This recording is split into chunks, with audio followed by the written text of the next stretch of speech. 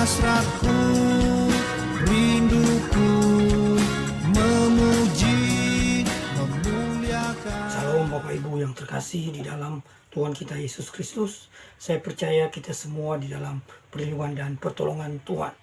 Untuk saat ini saya mengajak kita belajar tentang pengosongan diri Kristus yang muncul di dalam Filipi, yang mana di dalam ayat itu disebut Kristus telah mengosongkan dirinya sendiri. Saya akan bacakan ayatnya bagi kita di dalam Filipi pasal yang kedua, ayat yang ke-7. Namun kita akan baca mulai dari ayat 5 sampai ayat yang ke-7. Demikian firman Tuhan. Hendaklah kamu dalam hidupmu bersama menaruh pikiran dan perasaan yang terdapat juga dalam Kristus Yesus, yang walaupun dalam rupa Allah tidak menganggap kesetaraan dengan Allah itu sebagai milik yang harus dipertahankan, melainkan telah mengosongkan dirinya sendiri dan mengambil rupa seorang hamba dan menjadi sama dengan manusia. Nah, di dalam bagian ini ada satu pernyataan yang perlu kita sorot, walaupun bagi beberapa orang ini tidak penting-penting amat. Tetapi saya mau sampaikan kepada kita bahwa kita perlu belajar kebenaran firman sedalam-dalamnya sebagai wujud nyata iman kita kepada Tuhan.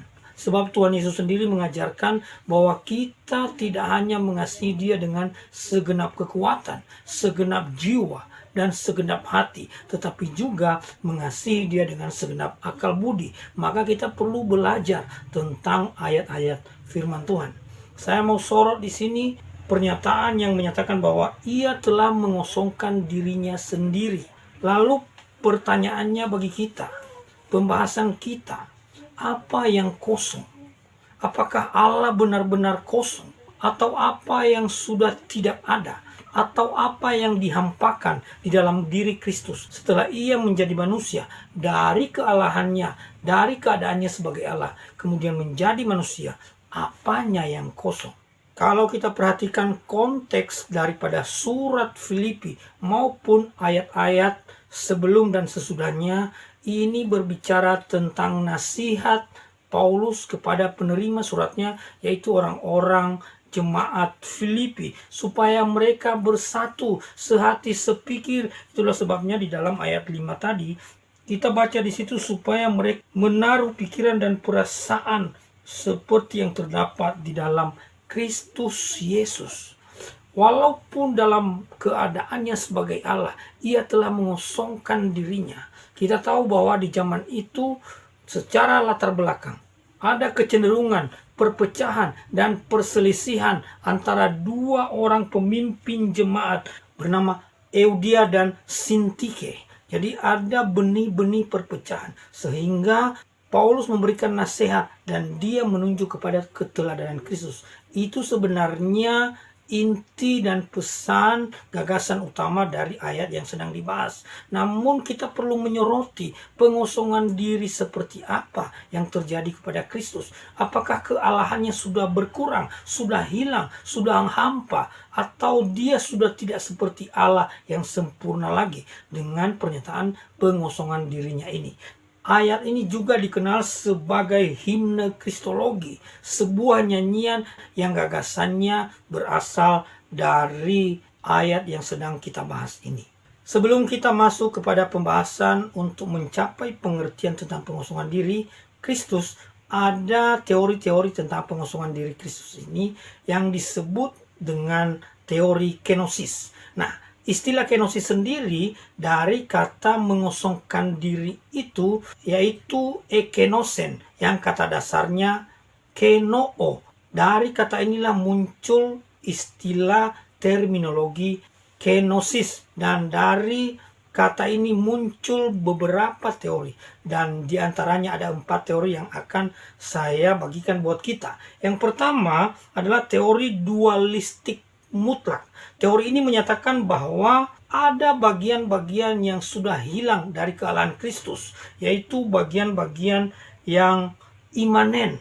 Ya, tetapi ada yang masih dipertahankan dari sifat-sifat kealahan Kristus.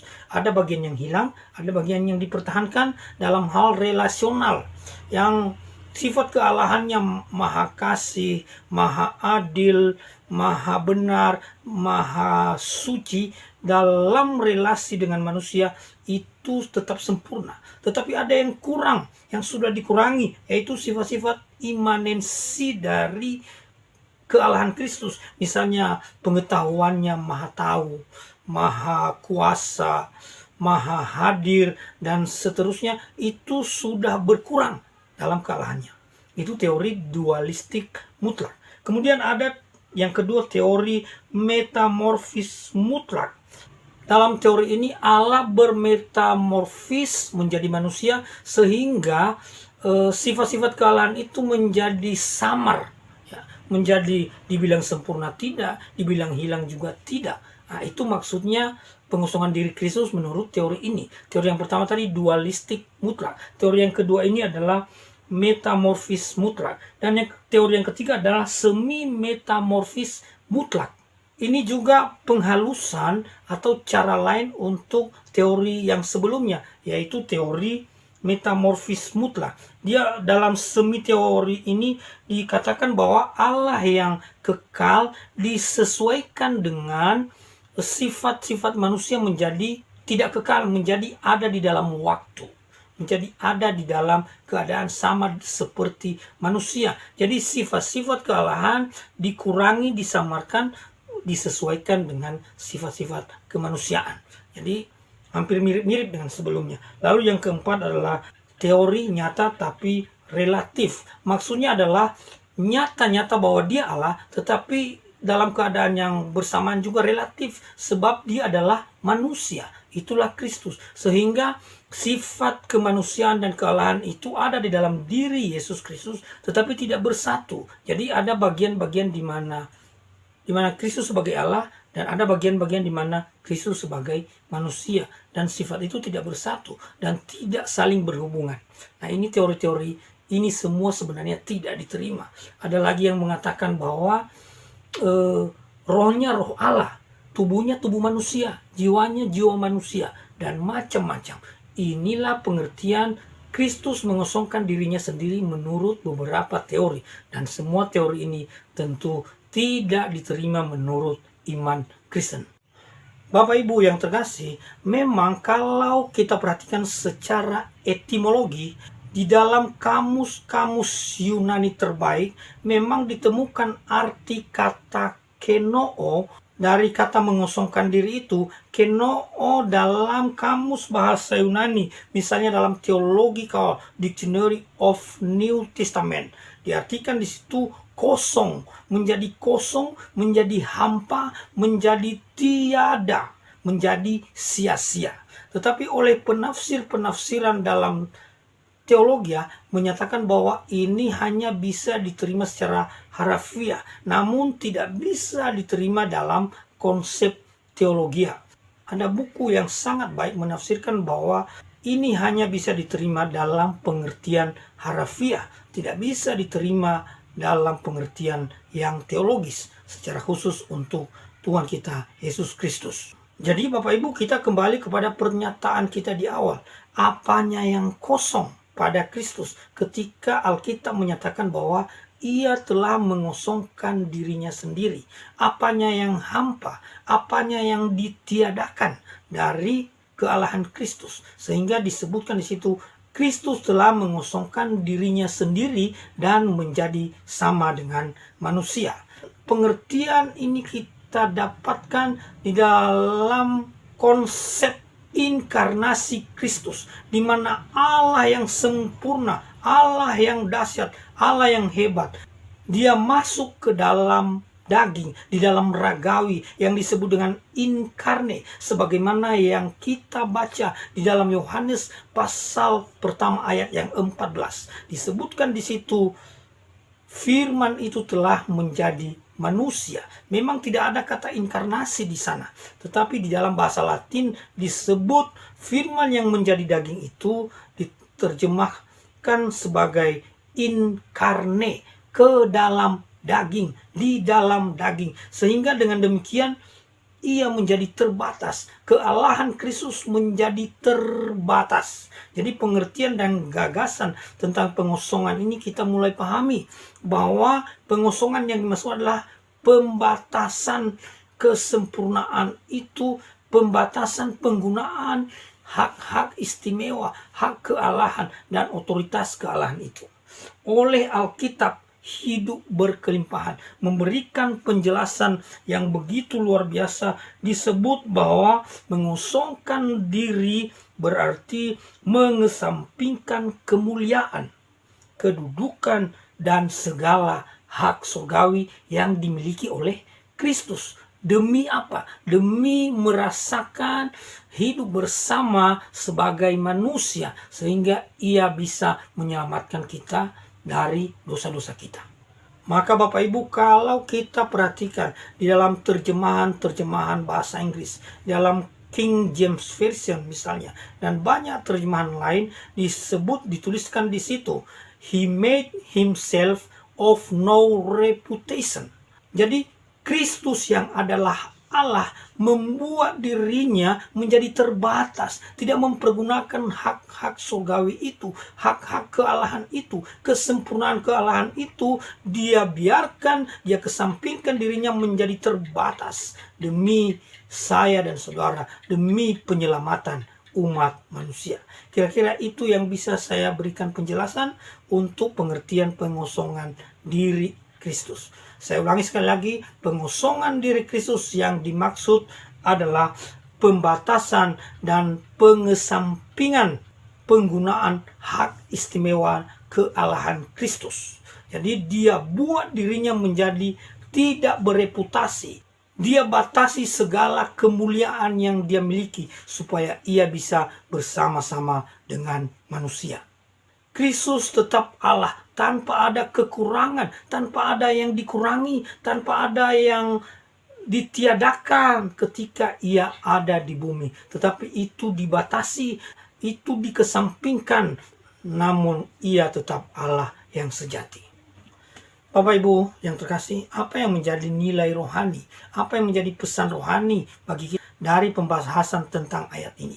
Kalau kita perhatikan perikop yang kita baca, ada banyak nasihat yang disampaikan, ada banyak pesan-pesan rohani yang sangat luar biasa tentang kesatuan hati, tentang kebersamaan, tentang perpecahan yang harus segera dikesampingkan, tentang kesombongan yang harus segera ditiadakan, hidup dalam kebersamaan, sehati sepikir, dan lain sebagainya. Namun berhubungan dengan pengosongan diri Kristus, saya bagikan 3 pesan rohani bagi kita untuk saat ini. Yang pertama adalah kerelaan hati. Kristus yang adalah Allah rela menjadi manusia. Dia rela mengesampingkan seluruh kesempurnaan dan kemuliaannya demi saya dan saudara. Bapak Ibu, kita harus mengikuti jejak Tuhan kita. Kita rela tanpa reputasi. Kita rela dihina, dicaci, diremehkan oleh orang lain. Dan kadang dalam situasi kita berkata, loh, kamu nggak tahu saya ini siapa? Tuhan Yesus Kristus mengajar, memberikan teladan supaya kita rela tidak dihormati, tidak dihargai. Bahkan karya-karya terbaik kita yang selayaknya kita dihormati, dihargai, kita rela untuk tidak dihormati. Kita rela untuk tidak dihargai. Kita rela untuk diremehkan. Kita rela untuk merendahkan diri. Itu yang pertama. Kemudian yang kedua, kerendahan hati. Ini perlu juga. Kita perlu rendah hati. Tuhan kita Yesus Kristus telah memberikan teladan kerendahan hati. Dia yang adalah Allah, dia rela. Dia menjadi rendah hati, dan itu menjadi pelajaran penting, teladan utama, teladan terbaik di dalam kehidupan kita. Orang-orang yang rendah hati, orang-orang yang baik, itulah yang dikehendaki oleh Tuhan dalam kehidupan kita. Itu yang kedua. Yang pertama, kerelaan hati. Yang kedua, kerendahan hati. Dan yang ketiga, kemurahan hati atau pengorbanan. Bapak Ibu yang terkasih, Tuhan Yesus Kristus sebenarnya dia Allah, tetapi dia rela berkorban, dia murah hati, dia memberikan dirinya sendiri. Disebutkan di situ mengalami penghinaan yang dahsyat, yang luar biasa, sampai digantung di atas kayu salib dan mati sebagai orang yang terhina. Apakah Bapak Ibu rela demi kasih kepada Tuhan, demi kasih kepada sesama? Kita rela berkorban. Kita murah hati untuk berkorban. Kita memberikan hati kita. Kita mengorbankan diri kita. Kita mengorbankan banyak hal demi Tuhan. Demi kasih kepada Tuhan. Demi kemuliaan Tuhan. Demi melaksanakan kehendak Tuhan dalam kehidupan kita. Bapak Ibu yang terkasih, saya ulangi lagi. Pesan dan nilai rohani untuk kita dari pengosongan diri Kristus. Yang pertama, kerelaan hati. Yang kedua, kerendahan hati. Dan yang ketiga, kemurahan hati atau pengorbanan. Biarlah hal ini menjadi bagian dan gaya hidup kita sehingga nama Tuhan terus dipermuliakan. Tuhan memberkati kita semua. Amin.